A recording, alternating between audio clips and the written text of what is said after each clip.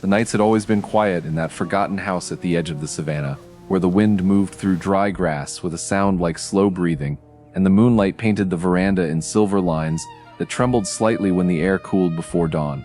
It was there, in that place of silence and dust, that a lion began to appear, night after night, settling down in front of the old wooden door, as if guarding something invisible, as if drawn by a memory older than both man and beast.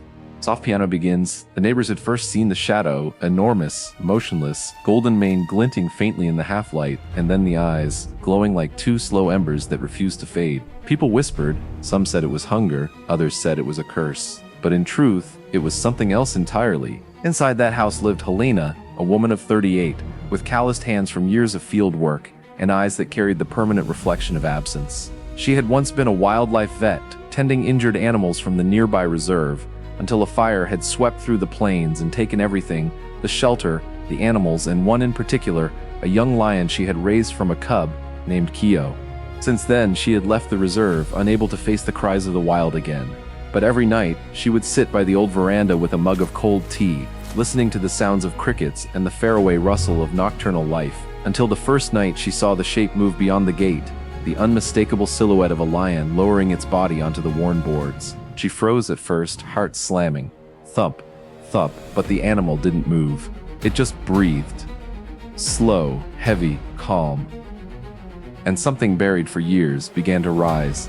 She whispered his name, not believing her own voice. Keo. The lion's ear twitched, just slightly, as if the word had brushed his skin. The night held its breath. Music intensifies softly. For weeks it continued like that. Every night the same sound, the low rumble of him lying down, the wooden creak beneath his weight, the rhythmic exhale that almost synchronized with her own heartbeat. No one dared to come close, but Helena began to sense something, a pattern, a reason, a kind of quiet ritual in his return. It was on the 7th night that she left the door slightly open. Not enough for him to enter, but enough to hear. She placed her old lantern on the floor, its weak glow tracing the lines of her face, and in her lap she held the same leather collar Keo had worn as a cub, a torn piece of it still stained from the fire. Her hands trembled as she whispered to the night, "If it's you, show me." The lion lifted his head, eyes reflecting the small circle of light, and for a long time, neither of them moved. Then, whoosh, a gust of wind rolled through the veranda, and the lantern's flame flickered wildly before dying out, leaving them in a silence so complete that she could hear the beating of her own heart against the wood.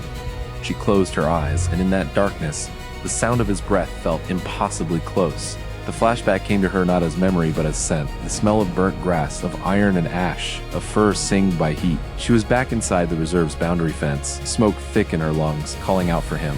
Keo! Keo! The cub had been trapped behind a fallen beam. She had reached through the smoke, caught his paw, pulled with everything she had, feeling claws scrape against her arm. He had looked at her once, wide-eyed, terrified, and then bolted free, vanishing into the burning grass. She'd fallen, struck her head, and when she woke, everything was gone. No trace. Just silence and the acrid smell of loss. For years afterward, she'd convinced herself he hadn't made it. That night, she realized perhaps she'd been wrong. Back in the present, she stepped onto the veranda for the first time. The boards creaked softly, crack, under her bare feet. The lion did not retreat. He simply lifted his head and looked at her. The distance between them was 5 meters, maybe less. His breathing slowed, hers matched it. In that strange equilibrium, time seemed to loosen, to dissolve. "If you came back," she said, voice breaking, "it's because I couldn't." The animal blinked once, twice, then lowered his head again, resting it on his paws like before, the slow rise and fall of his chest glowing in the moonlight. It was the kind of moment that anyone witnessing it, even from far away, would likely feel compelled to express something, because scenes like this never vanish. They remain suspended in the heart.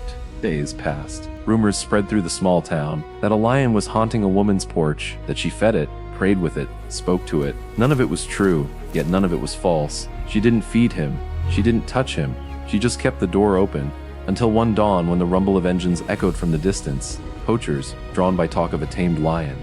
The sound of tires on gravel, crack, crunch, shattered the dawn silence. Helena ran outside, shouting, "No! Leave him!" The lion stood, mane glowing in the first orange light. A gun clicked, then a roar, not of violence, but of warning, deep and resonant, like the earth itself was speaking. The men froze, their courage dissolving beneath the raw power of that sound. When they backed away, the lion turned once toward Helena. The look in his eyes carried no fear, only recognition. As the sun climbed, he began to walk away, slow, deliberate steps into the horizon. She followed until the grass reached her knees, until his figure became just a shimmer against the heat. He stopped once, turned his head slightly, and then continued, swallowed by the light. A gentle theme returns. Helena stood there for a long time, the collar still in her hand, the wind wrapping around her like breath. For the first time since the fire, she felt something break open inside. Not pain, not loss, but release. She whispered into the distance, "Thank you." That night, the veranda was empty, but the silence that replaced him was different, deeper, peaceful. And every dawn after that, when the light filtered through the window, she could swear she still heard the faint echo of breathing, steady and calm, as if reminding her that some bonds, once formed, never truly end. If this story touched your heart, please like and subscribe.